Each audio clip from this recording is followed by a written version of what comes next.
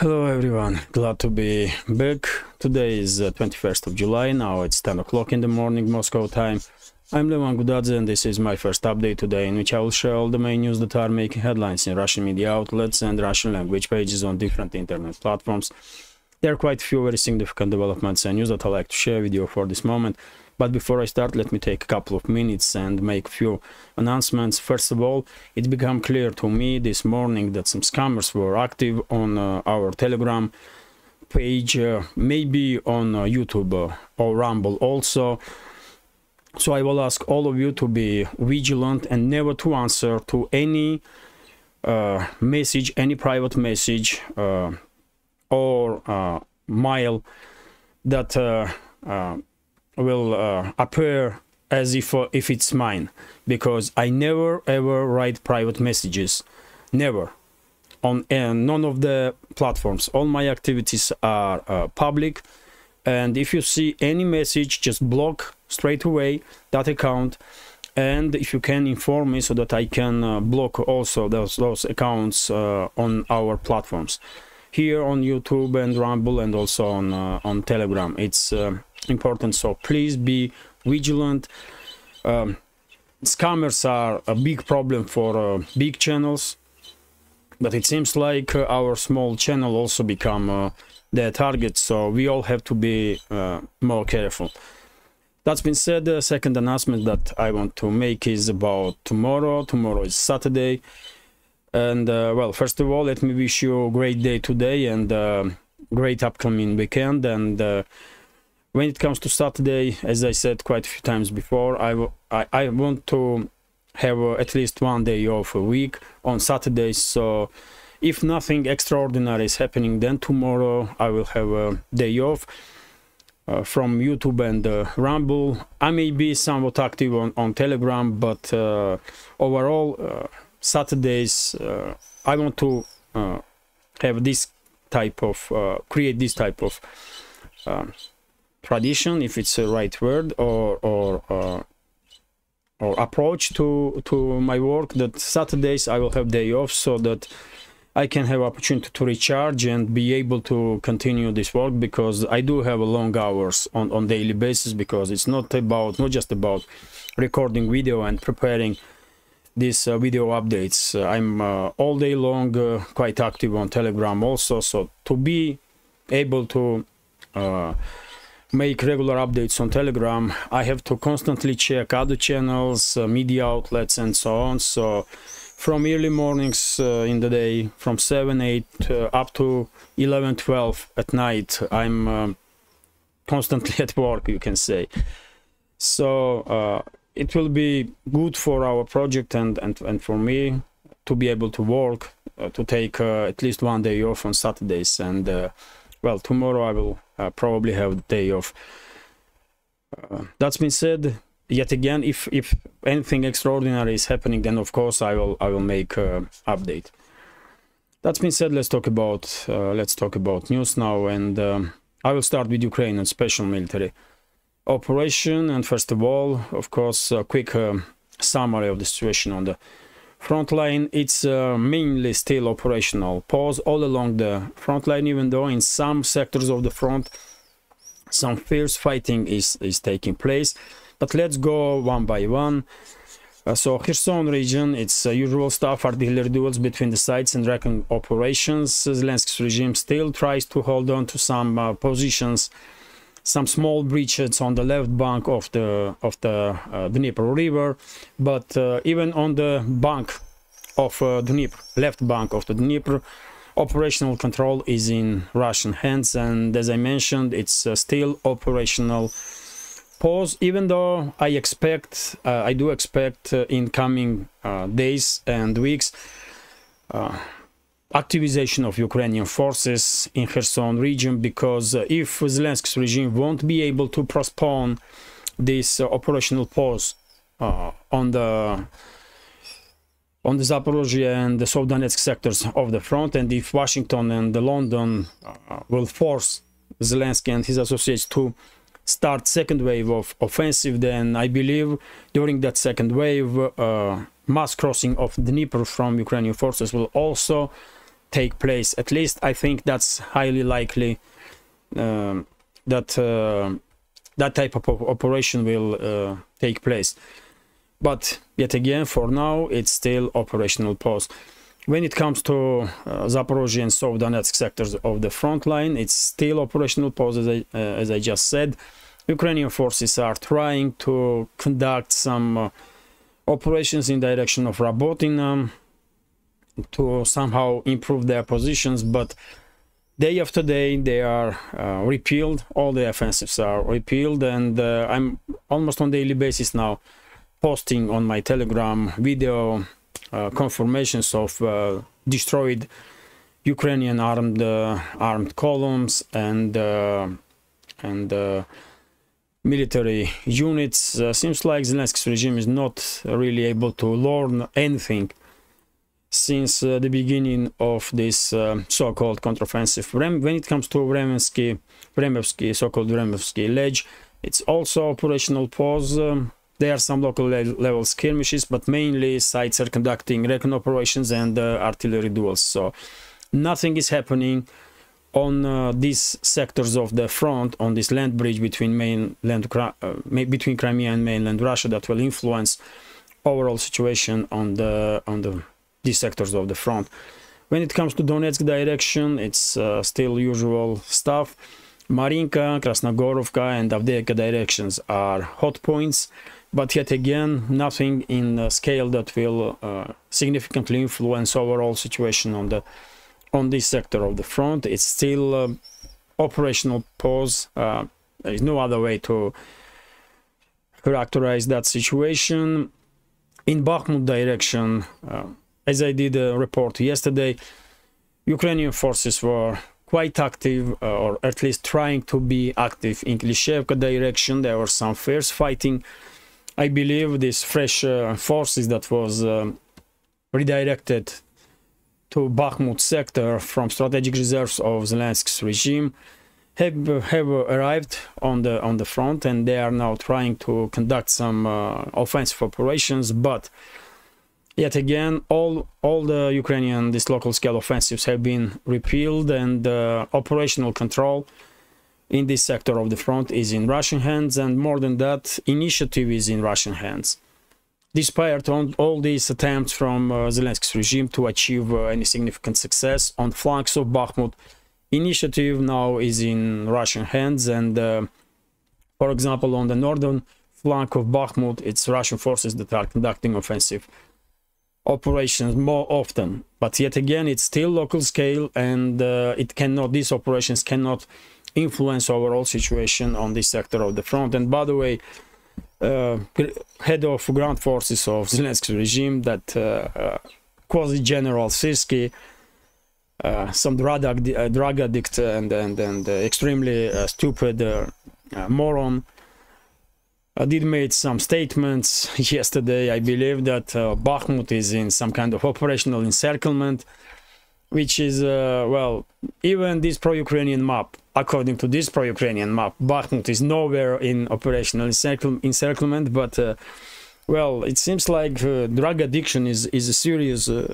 problem for Zelensky's regime, and it's not just Zelensky that constantly under influence of some substances, but also his generals, and they are now making up some crazy stories, and maybe they are already have been moved in some fantasy world where they maybe are approaching Moscow or something like that, because as time goes by, I mean, statements from Kiev becoming more and more extreme, more and more inadequate. So, and you'll probably notice this. When it comes to northern sectors of the front, from Seversk to Kupiansk, as I said quite a few times before, initiative is in Russian hands in these sectors for quite a while now, and it's Russian forces that are conducting successful local scale offensive operations, and I believe these offensives are meant to prepare ground for much bigger operation, and I believe before end of this summer we will see large-scale Russian offensive operation in central and northern sectors of the front. from Seversk, from Bakhmut, let me say, from Bakhmut and Seversk up to Kupiansk and entire Kharkov region. And this is when it comes to quick summary of the situation on the front line. During the previous night, Russian forces did conduct yet another missile and drone strikes on military and logistical infrastructure of Zelensky's regime, and I did share on my Telegram page information that one of the major directions of Russian strikes yet again was Odessa region, and during the day Russian Defense Ministry probably will share with us additional information, and of course I will post about it on my Telegram. And by the way, let me also give you this information that I share on my Telegram just a few minutes ago. It is reported that units of Russian armed forces drove the armed forces of Ukraine out of Novoselovsk, Kupiansk direction, and were able to cross Zherebets river in two places. So this is Kupiansk direction, and as I just said a few minutes ago, on the northern sectors of the front, from Seversk, Liman up to Kupiansk, initiative is in Russian hands, and lately, almost on daily basis, we are receiving information that Russian forces did manage to significantly improve their positions in some places, even move forward for quite a few kilometers. So yet again, this is when it comes to a quick summary of the situation on the front line. Now let me share with you some additional news. So TASS news agency is reporting that Russian armed forces did repeal at least 7 local-scale offensive operations of Ukrainian armed forces in Lysychansk, Avdiivka and Marinka directions. As I said, despite all the attempts of Ukrainian forces to improve their positions in Donetsk direction, in Bakhmut direction. Bakhmut is Artyomovsk, of course we know that this town has these two names, or any other direction. Despite all those attempts, Russian defense lines are holding, and they are causing significant losses to Ukrainian forces, and I do share many video and photo confirmation of that on my Telegram page. Let me continue. And RIA Novosti is reporting that Russian forces did manage to establish control over the 9 strongholds and reckon positions of Ukrainian armed forces in Dvorechne direction. Yet again, as I said, in central and northern parts of frontline initiative is totally in Russian hands, and it's only a matter of time, I believe, when we will see large-scale Russian offensive operations.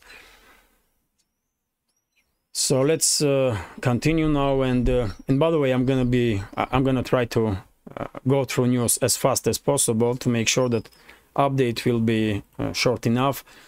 So next is RIA Novosti's report, according to which experts of IAEA, International Atomic Energy, did inspect Zaporozhye nuclear power plant, and they did not find any mines anywhere or any heavy military equipment, which is predictable and expectable. But yet again, this information, these official statements from Rafael Grossi, head of IAEA, once again confirms that Zelensky and his associates were openly lying when they were saying that Russia is preparing Zaporozhye nuclear power plant to blow up. I mean, how crazy you're gonna be to make such statements? But yet again, as I said, Zelensky and his associates definitely are under influence of some substances that they don't really look like they are in straight mind, and well, that's why they are making such crazy statements day by day. But yet again, it's good that Rafael Grossi, head of IAEA, willingly or not, because we all understand that this person is a puppet of real rulers of the Western world, but still, at least for now, he is forced to acknowledge, prove true and make statements that there is no mines and no heavy military equipment in Zaporozhye nuclear power plant, which is controlled by Russian forces. Let me continue now, and this is also interesting news. RIA Novosti is reporting that Zelensky's regime did make a statement that they will consider all the merchant ships that will enter Russian ports in Black Sea as military targets. Well, this is a response from Kiev on maritime blockade that Russia imposed on Zelensky's regime, and well, all the ships, I believe all the ships that will enter Russian ports and leave Russian ports have to take these threats seriously, and well, I guess these ships will be under protection of Russian Black Sea fleet to make sure that ships are moving in and out of Russian ports in Black Sea and Azov Sea without any significant issues.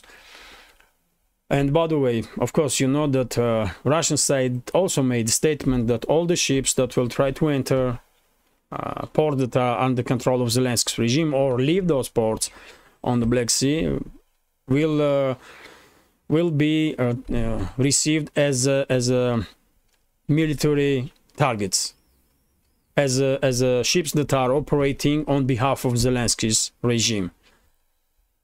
And at least for now, we don't have any statements from any country that they are willing to send their ships to Ukrainian ports, despite withdrawal of guarantees, security guarantees from Russian side, after Black Sea deal or grain deal, so-called grain deal, has been stopped. Let me continue. TASS news agency is reporting about article that was written in Washington Post, according to which Ukrainian forces have begun to use cluster munition that was delivered to Zelensky's regime from US and I believe from some other NATO member states. Also, well, this is not exactly the new development, because I did report about facts that Zelensky's regime was using cluster munition almost a week ago now, but well, Western media outlets are also now recognizing this fact, and Russian media always pays attention what has been written in the major Western media outlets. Let me continue, and the Kommersant newspaper is reporting that according to statements of John Kirby, I believe this person is admiral. So according to Admiral John Kirby, who is official representative of Biden administration, he's official in White House, US may deliver F-16 fighter jets to Zelensky's regime before end of this year. But very same person, John Kirby, also stated that he don't believe that F-16s will be game changers in this conflict. Well, you know my take on Western-made fighter jets. I believe we will see introduction of Western fighter jets to the battlefield only when Poland and some other NATO member states, under umbrella of newly built anti-Russian coalition, will send their forces, military forces, into Western Ukraine. That's the only time when we will see, in my reading of big picture, Western fighter jets being introduced to this battlefield. And well, I'm gonna remain to my position that Zelensky's regime will never ever have a direct control over any Western fighter jets. As I said many times before, to me personally, question only is when Poland and Polish allies in this anti-Russian coalition will stop in the Western Ukraine, or they will try to establish control over the central regions of Ukraine and southern regions of Ukraine also, including Kyiv and Odessa, because it's a huge difference. Because if they will stay in the western regions of Ukraine and try to establish no-fly zone there, it's highly likely that it will be possible to avoid direct clashes between Russian forces and forces of these NATO member states. But if Poland and Polish allies will try to establish control over the Kiev, central regions of Ukraine and Odessa and southern regions of Ukraine, then it is highly likely that we will see direct confrontation between Russian forces and forces of these NATO member states, including in the air. Because, of course, if Poland will try to establish control of the central and southern regions of Ukraine, they will try to introduce no-fly zone also. And there is no way that Russia will apply, Russia will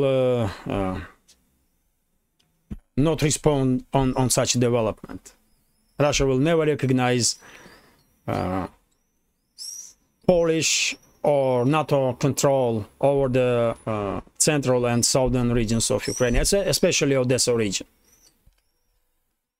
which is not yet controlled by Russian forces. So yes, this topic of Western fighter jets constantly have been discussed in media, but in my understanding, there is not even a 1% chance that Zelensky's regime will truly receive any Western-made fighter jets, F-16s, F-18s, I don't know, Swedish Saabs or French Rafales, or French Mirage 2000s, for example.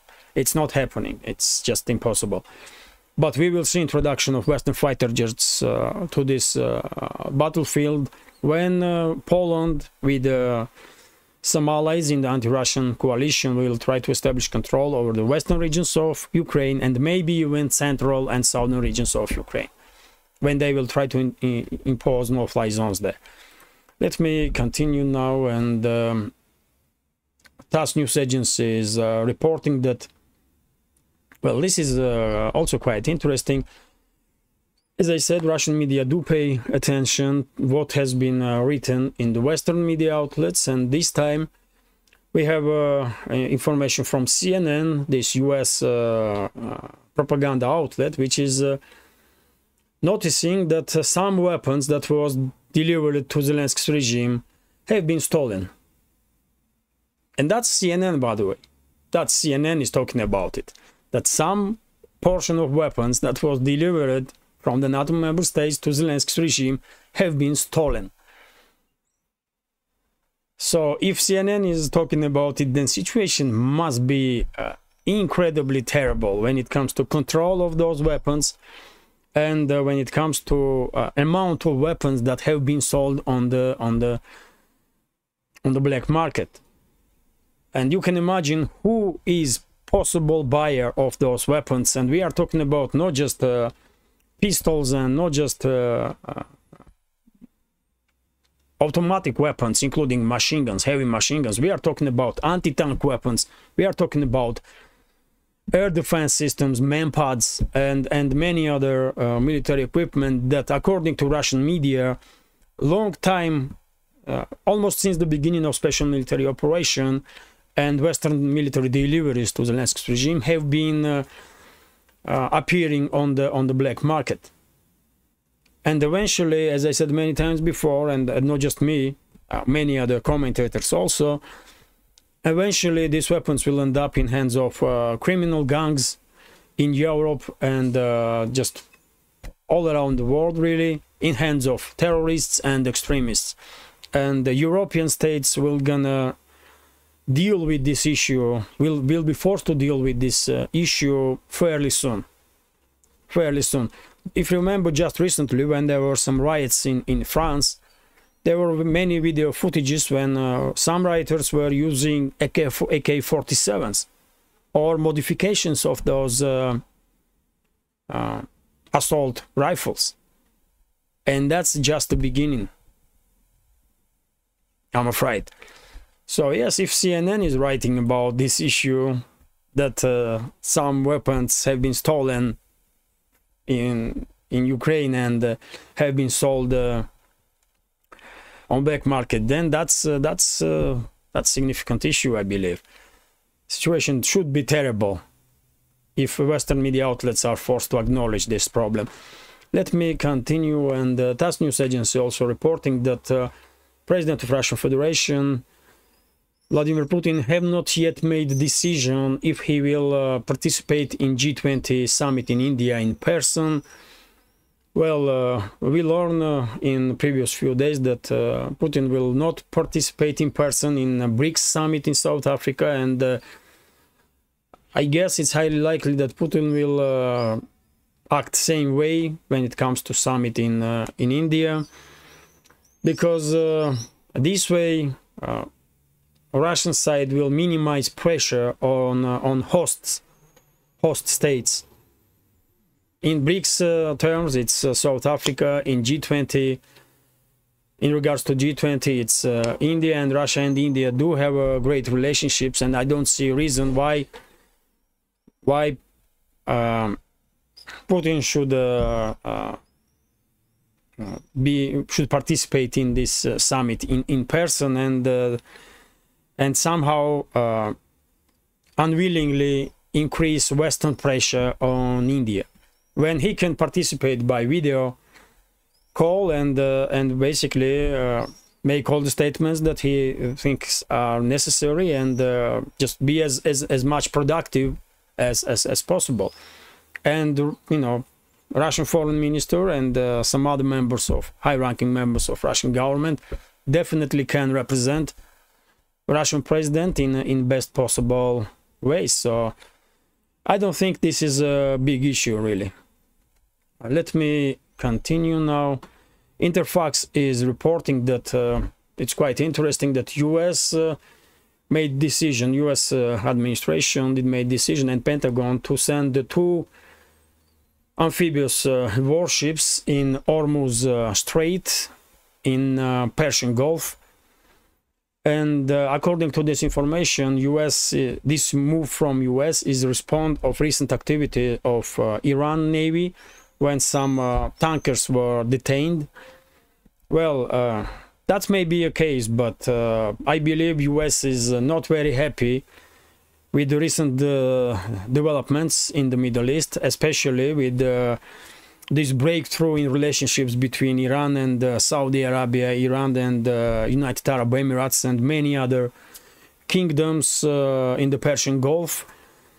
And well, of course, Washington and neocons in US will try as much as they can to somehow influence this situation and provoke some confrontation between Iran and Gulf states once again. But hopefully they will fail, because Middle East has enough conflicts and confrontations for last, I don't know, 100 years. And it's definitely time for peace for this extremely important region for entire world. So hopefully Tehran, Riyadh, Doha and many other capitals in that region will manage to avoid any difficulties that will be and ignore any possible provocations that will be created by Western elites, or deal with effectively with those issues, so that relationships between the sides will remain in good working conditions. And few more topics. We have statement from Donald Trump, former and possibly future president of US, and he did spoke about possibility that Ukraine will become a member of NATO, and he said that even idea Ukraine to become a member of NATO is a pure madness. And well, he's absolutely right. Trump is absolutely right, and he definitely has a better understanding of global situation in world, better than Biden and entire his administration, for sure. And I guess Trump also has better advisors, more intelligent advisors, and in his statements you can clearly see that he does make very sane, logical and understandable statements. You may disagree with some, but at least you can clearly see that there were some thoughts behind this or that statement. When it comes to Biden and his administration, I mean, sometimes you truly wonder, do they even able to think, or do they even understand what they are talking about? Because too many extremely inadequate statements are coming from White House nowadays. So let me continue now, and this is RIA Novosti's report. Quite interesting news, according to which, and this is by the way about Russian economy, and according to this information, Russian foreign debt in comparison to Russian GDP reached its historical minimum, and it stands on 15% right now. If you remember, a few days ago I did spoke about Russian foreign debts. I did mention that it's a quite small number in comparison to GDP, but at that time, in that information that I was sharing with you, there was no percentage points, and now we have more detailed information, and we can see here that Russian foreign debt right now, which is a little bit more than $300 billion, I believe, it's only 15% of Russian GDP, which is well, very low number, especially in comparison to some let's say G7 countries. All of them have much worse results when it comes to foreign debt in comparison to GDP. And one more news for this update reported by RT, according to which Russian trade turnover breaks pre-COVID high, which is yet again great news for Russia, for Russian economy and Russian society, because it seems like trade is despite Western sanctions and Western pressure, Russian trade is reaching new heights, and well, hopefully it will stay this way. And even though Russian companies did lost, some positions on Western markets, they are now basically forced to find new markets, and they are quite successful in it, in this endeavor, I believe. And as a result, Russian trade turnover is pre-COVID, reach pre-COVID levels. So that's why I believe Russian finance ministry is so optimistic that Russian federal budget will have deficit, maybe even have a deficit in 2023-2024, or if not deficit, then at least we had a statement from finance ministry that there will be much higher income in next 2 years in Russian federal budget that was anticipated. So it's all good. It's all good, man. Russia plays extremely significant role in establishing multipolar world, and we all need Russia to stay strong. This is it for now. 33 minutes, well, quite short video. I'm happy about it. So I hope you will find this update interesting, and if so, please leave some commentary about any topic you like and hit that like button. More comments and more likes definitely make change and do influence YouTube's algorithm. And well, more likes and comments I have, more chances are that I will be able to reach wider audience. And same goes for platforms that you are active on. If you can, please share links to my videos or my channel on platforms that you are using, Telegram, Facebook, Twitter, or any other one. I will be immensely grateful for your help, and if you think this channel is interesting, has some potential, and are useful or deserves to exist, please consider to support with small donations through PayPal or by subscribing to my Patreon page. You will see links under this video in the description box or in the pinned comment. This is it for now. I wish you a great day, and of course I wish you a great and pleasant upcoming weekend. Take care and see you soon.